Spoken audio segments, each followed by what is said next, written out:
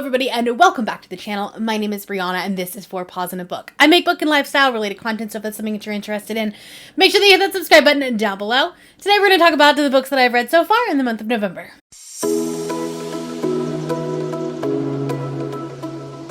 So far in the month of November, I have already read 11 books, and they've been good books. So not only am I reading a ton of books, but I'm also enjoying reading again. I have found the elusive 5-star book, and I'm having a good time. We are having a good time.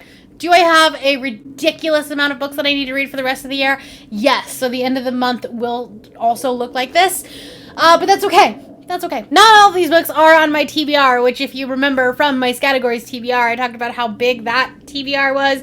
And then I went ahead and read books that were not on that. So, love that for me. Don't know what I was thinking, but that's fine. It's fine. I kind of just resigned myself to the fact that categories probably isn't going to happen in November. And it is what it is. But we're not here to talk about that. We're not here to talk about stats or anything like that.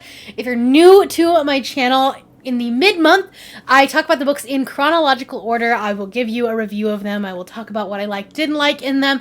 And then at the end of the month, I will refer you back to this video for anything that happens in the first half of the month. Otherwise, that video is going to be real long.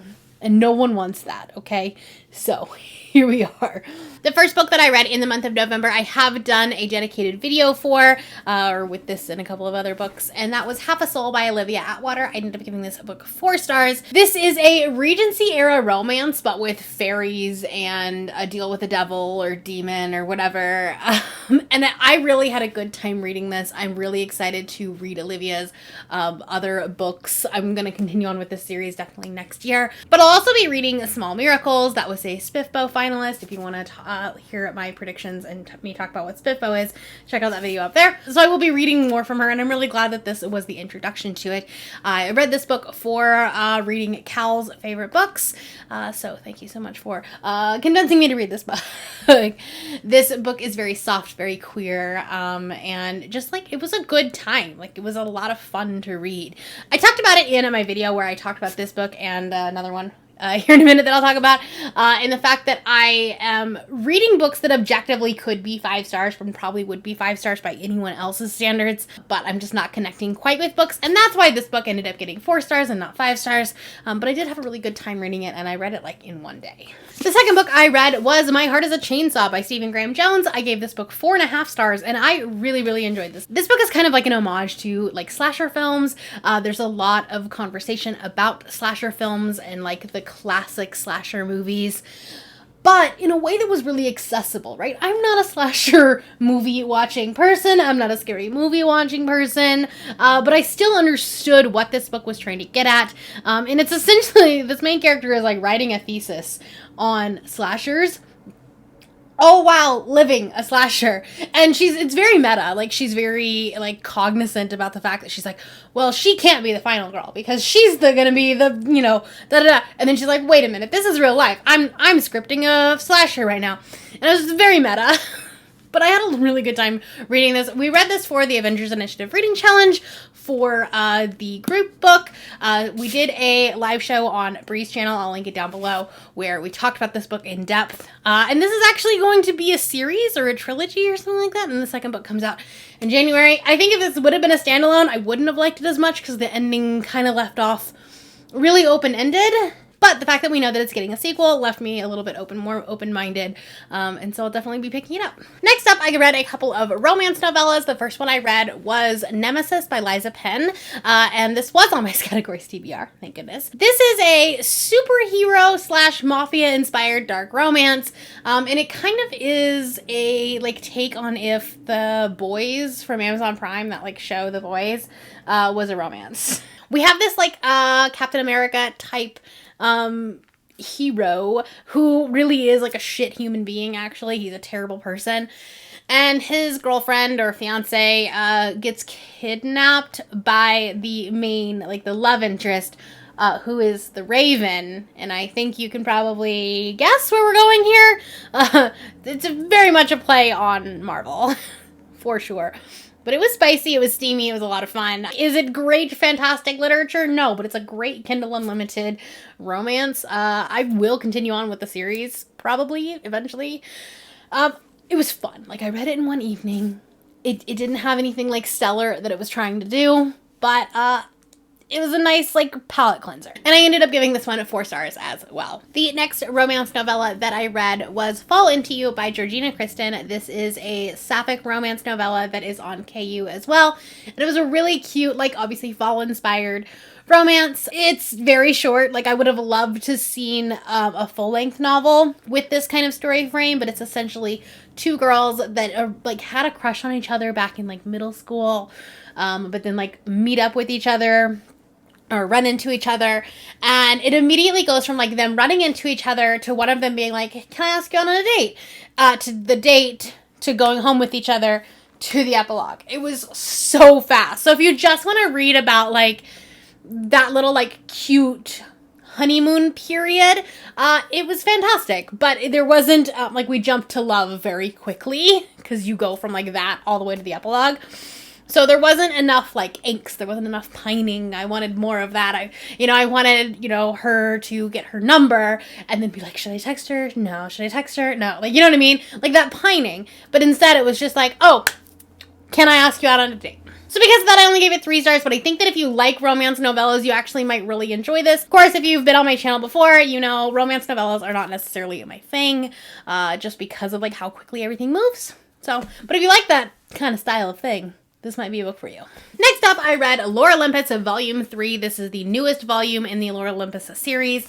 This is such a precious, beautiful graphic novel. The art style is fantastic. I ended up giving this one 4.5 stars, like I gave the rest of Lore Olympus. This one was actually probably my least favorite of the 3, but there is this wonderful scene in here that is talking about consent, and that like just kind of turned the tide quite a bit for me. I really, really enjoyed it. But essentially this is a Hades and Persephone retelling. There's a lot of, like, cameos from the different Greek gods. And like I've said before, Hades is just a cinnamon roll dog dad, and he's adorable, and he doesn't know what to do with the sunshine that is Persephone. We're finally starting to, like, see that softer side of Hades, where he's, like, really kind of struggling with his feelings. And like, it's really funny that he just doesn't know what to do with her. So I had a really good time with this. These read so quickly, but they're ones that, like, I want on my shelf because just, I mean, look at this. The artwork is just so good. It's so good. So highly recommend this. Plus they come out on release day in paperback. Next up, also for the video where I read Cal's favorite books, I read Year of the Reaper by Makia Lucier. This is about a man who is trying to find an assassin. There is this, like, medieval plague going around. There are some, like, wonderful, sassy, crazy characters. Lena is one of my favorite characters that I've read from a book in a really long time. Actually kind of reminds me of Kit from Ashes of the Sun. Just this, like, sassy, quirky, no nonsense kind of character, which I love. They're so funny, and they add such a, like, light, humorous touch to an otherwise maybe really dark story. They meet because she steals his horse, and then as they're walking along later on, she's like, oh, well, we share a horse, it's fine. Because she stole his horse. And it was just funny. It was so good. So I ended up giving this one 4.5 stars. Very, very good. It is a really accessible fantasy. Like I was saying in that video before, it's very accessible. It is a YA fantasy, but it kind of reads on the upper YA style in the fact that the characters don't act as YA as some characters do in other books. So if you're kind of new to fantasy or you want to start to get into that genre, this might be a good place to start. Next up, I found my 5-star read, and that was Blood of the Chosen by Django Wexler. Are we surprised? No, no one is surprised. This is the second book in the Ashes of the Sun trilogy, and it was so good. It becomes even more gay, which is fantastic. Beck and Maya are just a wonderful couple. And this is one of those stories that, like, while the romance, like, definitely plays a part in it, it's definitely a subplot, and it doesn't, like, take up the majority of the the story, but then when we have those romantic moments, they're just really sweet and soft. So I really, really love that. Obviously, this is the sequel to Ashes of the Sun, so I can't really like talk to you about that without spoiling Ashes. But I was sold on the series with the phrase gay fantasy Star Wars, and I feel like that's very much what it is. We have a brother and sister who are on opposite sides of the rebellion. Like the sister was taken away from the family at a very young age and is now like trains for the order, and the brother is trying to like take it down, take the whole thing. They have some like weaponry that kind of feels like a lightsaber. I don't know if you can like see that on here, but there's this like flame sword that kind of acts like a lightsaber. This is another series that's really accessible, very like beginner friendly fantasy, if you want to put it that way. I feel like the writing style is not very dry. It's very like action packed, but also very like character front, where we really get to know and care about these characters before anything else. There are a lot of action scenes, like I said, but then there's also these like soft kind of character building scenes. I absolutely love this book. I love this series. I am starting the third book that comes out in January. I got the arc for it. I'm very excited to start it. And yeah, this is definitely becoming a favorite series of mine. Next up, along with the Late Night Crew, I read The Kraken Sacrifice by Katie Roberts. This is the second book in her like Deal with the Demon series, which is like all these like monster romances. The first one was The Dragon's Bride that I read earlier this year. And this is The Kraken Sacrifice. And yes, there are tentacles. Do with that information what you will. If you've read anything from Katie Robert, your brain just went there. I'm sorry, but I'm not sorry. This book is really short. It was under 200 pages. But it was fun. We love a bisexual king. So the Kraken is bisexual and had a male partner prior to our heroine coming in. Yes, it's a human and a Kraken. There's not a lot to this. Essentially what happens is all of these humans are being sold to, like, pay off debts, and so our main character, who is, like, a little bit self-deprecating, a little bit, like, you know, relatable, right? But, like, really, like, kind of hates on herself a lot and doesn't have a lot of self-confidence, and she ends up paired with this Kraken. It's kind of like a Grumpy Sunshine aspect to it, as much as you can, I guess. It's really hard to talk about this. Much like it was very hard to talk about the dragon book. But I had fun. Like, I gave it 3 stars. I didn't like the ending very much. I think that it tried to do something a little bit different, and it didn't really work. So, yeah. There are some trigger warnings in this, so definitely take a look at that if you need those. They are on the very front of the book, which I do appreciate. We love that. So, 3 stars. Fun time. Will I continue the series? Yes, of course, obviously. But, you know, they're like mid-tier books. Next up, I read Finley, Donovan, Knocks Him Dead by El Cosmano. Is this on my TBR? No. I don't even know why I picked this up. I just kind of needed a book that I thought was going to be 5 stars. Unfortunately, I only ended up giving it 4 stars. If you like the first Finley Donovan and you want the exact same thing, you'll love this book. But that's what it is. It is the exact same thing. It was very repetitive from the first book, and I feel like the first book had a little bit more tension. This one, not as much. However, the third book kind of goes right into, like, the second and third book really connect to each other. So I'll still continue on in the third book. Like, I didn't hate this book. I still gave it 4 stars. I still enjoyed it. But it wasn't, like, quite the same feeling that I had from the first book. If you don't know what this series is, hi, welcome to BookTube. Everyone's talking about these. Essentially, this is like a suburban mom who is an author who writes kind of like crime fiction books. In the first book, someone overhears her talking to her editor about her book, accidentally mistakes her for a, like, hitman, essentially, professional hitman, and pays her to kill her husband. This is the continuation of that. We started this new mystery at the very end of the first book, and this one continues on with that. And it's very much a fun time. It has this, like, very light, humorous take on a murder mystery. It was fun, but it was very much the same thing as the first book. And so I wanted something more. I wanted something a little bit different. So I'll be curious to see what she does in the third book. Next up, on Monday, I was trying to find an audiobook. I didn't want to like start a new project, a new big book, so I was trying to find something really short. And I was on Goodreads, and this like Amazon publishing ad came up. You know, they do at the top of the Goodreads where normally you're like, ugh, go away. But this one looked interesting. And it's called The Influencer by Joyce Maynard. I didn't look at the like synopsis. I was just like, crime fiction? This sounds fun. It had like a podcast element to it. It was like social media plus crime fiction. I don't know if you can guess where I'm going with this, but this was a line for line, word for word, bullet point by bullet point replication of the Gabby Petito case, which is a year old. It's a little too soon, especially being from Utah, and so like the lawsuits are still happening here in Utah, where like Gabby Petito's family is suing the whole city of Moab or the Moab Police Department. So this felt really weird to be reading because it was this like, I mean, beat for beat, exactly just like the case.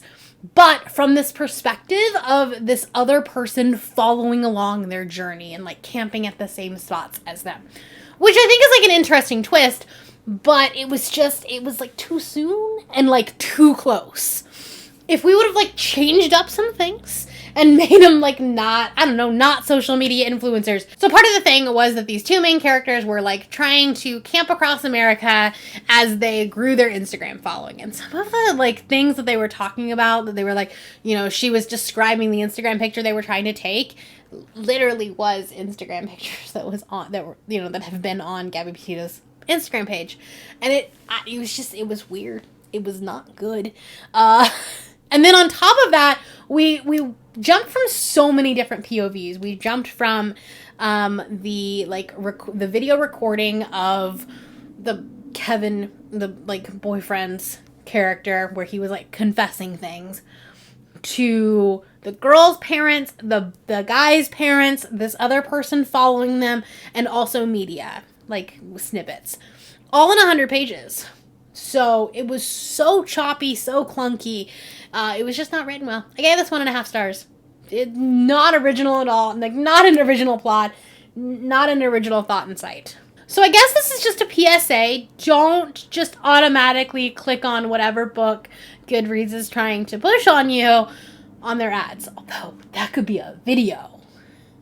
That could be one of those, like, Goodreads, or can I trust Goodreads or Amazon?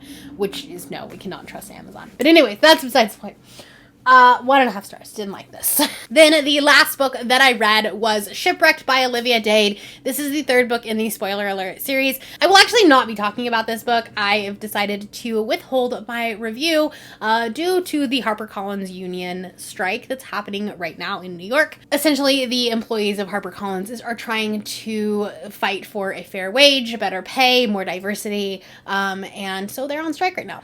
And the union has asked reviewers and content creators to withhold any reviews until a deal has been made. So I don't have a review up on Goodreads. I'm not going to be talking about this one. Hopefully that they can come to some sort of agreement and I can talk about it at the end of the month. But until then, I'm going to be withholding that information. It's going to be a really big month. I've got a lot of projects that I'm working on. I do want to give you kind of an update. I did say that I was participating in NaNoWriMo, and my goal was to fit somewhere between the 5,000 and the 10,000 mark for the month as far as page count. Currently, I am sitting at 3,265 pages, so it's on the low end right now. We definitely are going to need to like step this up. I had a really good first week and I read like almost 2,000 pages, and then the next week I did not. It took me like 4.5 days to read Blood of the Chosen, which is fine. Like, I loved that book, but I was like kind of reading it slowly. There were a couple days that I just didn't read at all. Hopefully in the second half of the month, I'll be able to pick it back up and get closer to that 10,000 page mark. But I don't know, 7,000 pages in 2 weeks. I don't know if I can do that. We'll see. Let me know down in the comments below a book that you have read so far in the month of November that really stood out to you, either in a good way or maybe a bad way. And if you're not feeling chatty, put the sunglasses emoji for Finley Donovan. That is all I have for you today. If you're new here and you have not yet subscribed, there's a little red button that you can do so down below the video. If you'd like to hang out with me more, the links to my Twitter, Instagram, Goodreads, and my Patreon link are down below. Thank you for watching, and I will see you next time. Bye.